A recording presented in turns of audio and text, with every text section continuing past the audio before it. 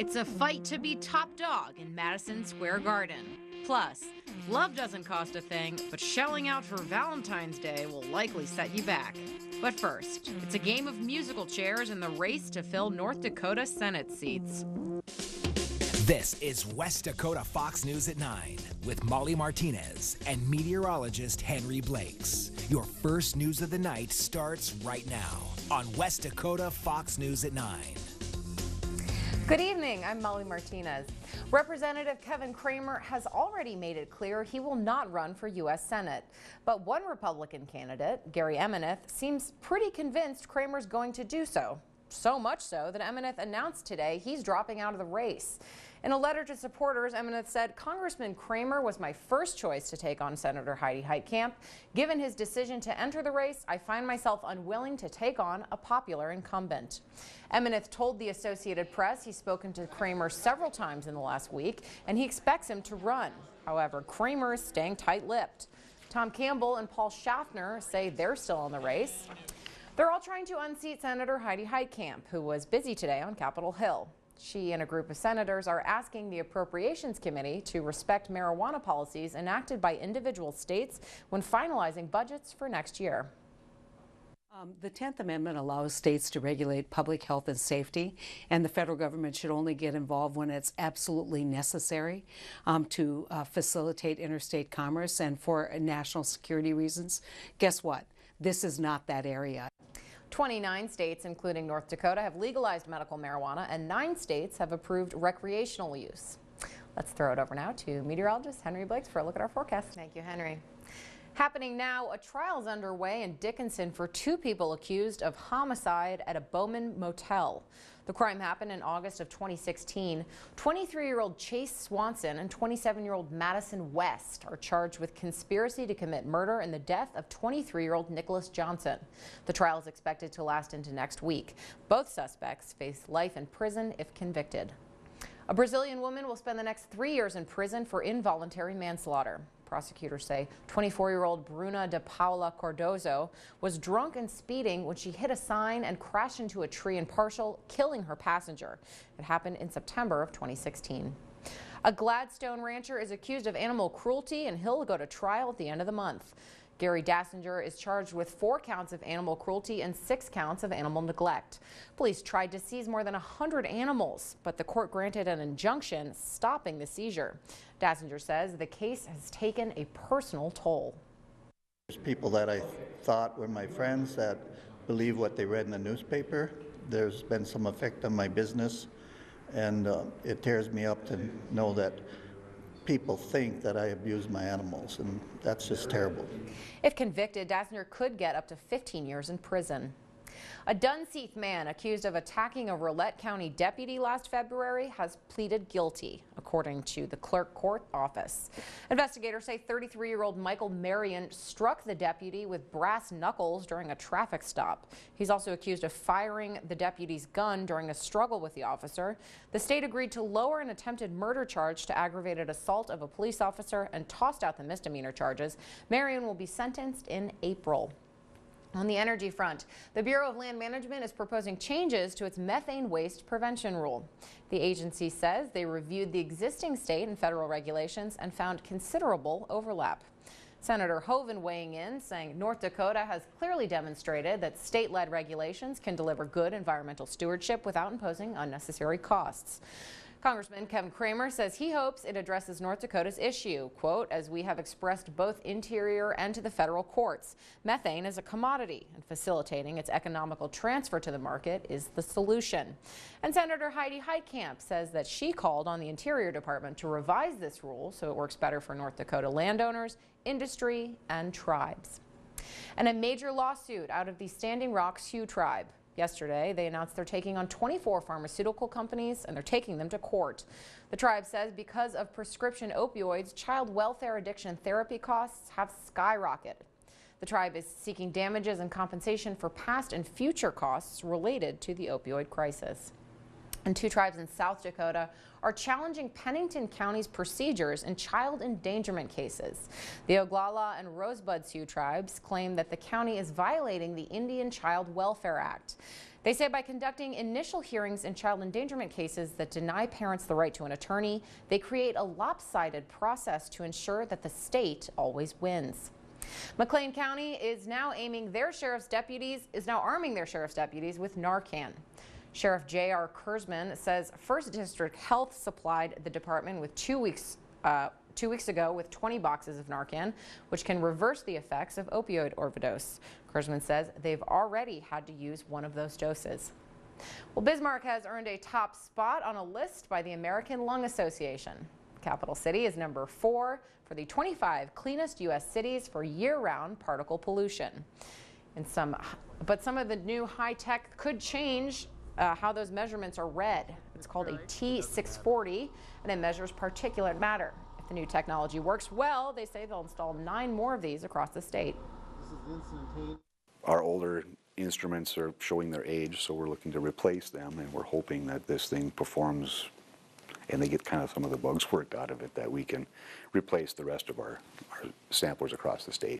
Mills says that the T640 worked well, except for one day in September. There's a lot of smoke in the air from the Montana fires, and the numbers seemed unusually high. In education news, another North Dakota superintendent is stepping down, this time in Williston. Michael Campbell handed in his retirement letter to board members at a meeting last night. Campbell served 37 years in education and helped develop 2 new elementary schools in Williston. Kind of a bittersweet decision, but on the other hand, there's new adventures in life, and I'm looking for a new adventure. Campbell says his last day as superintendent will be June 29th. Superintendents from Fargo, West Fargo, Grand Forks, Bismarck, and Dickinson have all announced plans to retire or leave after this school year. Also in the state, the Department of Commerce is launching a new web-based community dashboard. The hope is to help communities become more financially solvent. Maddie Jelseth helps explain. All you have to do is go to mainstreetnd.com/resources, click on View Dashboard, then click on one of 4 tabs, which takes you to a bunch of data reports. The community dashboard will help city leaders figure out certain data faster, which will help them with their decision making. I think anytime we have a tool that will enable us to do that, that's a good thing, because having information and data to make decisions is critically important. The dashboard was a work in progress, but Lieutenant Governor Brent Sanford says he thinks it'll be worth it in the end. What does our footprint look like compared to our population? What does our footprint look like compared to what is coming? Do we need to grow the footprint, or can we do infill development and save some of that taxpayer burden? Right now, the dashboard is in its first stage, but the Chief Information Officer of North Dakota says it's an evolving process. It means that we will be adding features, we'll be adding more capabilities in the future. The Community Dashboard version 1 will be available in April, which will offer increased livability information. Following some very exciting news out of the Olympics, Jocelyn Lamoureux-Davidson from Grand Forks just set the Olympic hockey record for fastest consecutive goals. She sunk 2 pucks 6 seconds apart. Those points helped the USA shut out the Russians 5-0 in their second game of the tournament today. Just a good rebound on the first one. I barely got that one in, I think, and then off the face-off right after that, I think I caught them in a miscommunication, was able to poke one free. So it was, I think, a good spark for our team, and just happy I can contribute. So modest. The Team USA plays its ice rivals Canada next in the tournament to finish the preliminary round. That game happens tomorrow night. Coming up, the world's most recognizable gun maker is officially out of ammo. Today, they filed for bankruptcy. A climber who fell nearly 1,000 feet from Mount Hood has died. The accident happened around 10 this morning. 15 other climbers were stranded on the mountain due to deteriorating weather conditions. Officials say the climber who fell was on his way up to the summit and he wasn't using ropes. And a day after the suspicious mail scare with the Trump family, today former President Obama's D.C. office is targeted. Police say a white powdery substance was found. Hazmat crews were on scene all day. No word on what that substance is. A Detroit police officer is dead after a violent crash ripped an unmarked vehicle in half. Investigators say Officer Darren Weathers was taking part in a surveillance training exercise when another vehicle struck him. A new study by the University of New South Wales in Australia finding a link between alcohol and aggression. Researchers studied 50 young men and asked them to drink vodka or alcohol-free placebo drinks. They found that even low doses of alcohol diminished the part in the brain that's responsible for suppressing aggression. And a study by the University of Colorado concludes that alcohol does more harm to the body than marijuana. They concluded that marijuana use doesn't seem to have any significant long-term effects in the brain structure, whereas alcohol proves to be detrimental to cognitive function. In California, firefighters managed to save an American flag from a burning building. The incident happening yesterday in Anaheim. 2 firefighters spotted the flag atop the building as flames tore through the roof. Both quickly worked together to bring it down safely. One of the world's oldest and most recognizable gun brands is filing bankruptcy. Remington announced yesterday that it will be filing Chapter 11, which will allow the company to stay in business as it restructures its debts. And Uber is implementing a new policy to ensure your driver doesn't fall asleep at the wheel. The company says its drivers must take at least 6 hours break for every 12 hours worked. This is part of the company's effort to combat drowsy driving. Also in business news, layoffs are on the way at Barnes & Noble. The affected positions include cashiers and employees involved with digital products. Retailers have struggled to maintain sales and shrinking foot traffic in brick-and-mortar locations amid the rise of e-commerce and companies like Amazon. Well, today's Fat Tuesday and celebrations are underway in New Orleans. The day-long partying session tops off a 2-week carnival season, which brings about 1 million visitors to the city. The large crowds reportedly pumping in about $840 million into the city's economy. And it's a fight to be top dog this week at the 142nd Annual Westminster Dog Show. The prize pooches are competing in Madison Square Garden. A favorite to win this year is a pug named Biggie. There he is.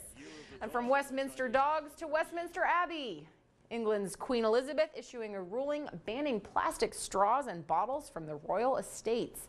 The Queen reportedly took interest in the issue after working on a documentary about conservation and wildlife with Sir David Attenborough. Now over to Sir Meteorologist Henry Blakes. Hey, thank you. It's a gorgeous day across the region. According to the National Retail Federations, consumers in the U.S. are expected to spend $19.6 billion this Valentine's Day. Today, I went to find out how local businesses are getting some of that love. If Valentine's Day doesn't break your heart, chances are it'll break the bank. According to the National Retail Federation, the average person shells out about $143 for the holiday. And it's not just the lovebirds. The Lonely Hearts Club also pay their dues. We have gotten people in that have been anti-Valentine's Day, but still get goodies. So it's kind of, I don't like Valentine's Day. I don't have a Valentine, so I'm just going to get something for myself.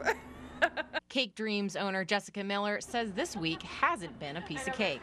It has been crazy busy. We have been preparing for every Valentine need: chocolate-covered strawberries, chocolate-covered bacon, cookies, everything. Down the street, Butcher Block has been carving away to cater to the daring darlings opting to cook at home. Taking your life in your own hands, but I guess it's a little more special if you're at home and you cook a nice supper up for your loved ones. And if your flame is forgetful, the Dutch Mill Flower Shop has got you covered. Luckily, we have flowers all the time, so we help them out, but we're still busy the day after Valentine's Day as well.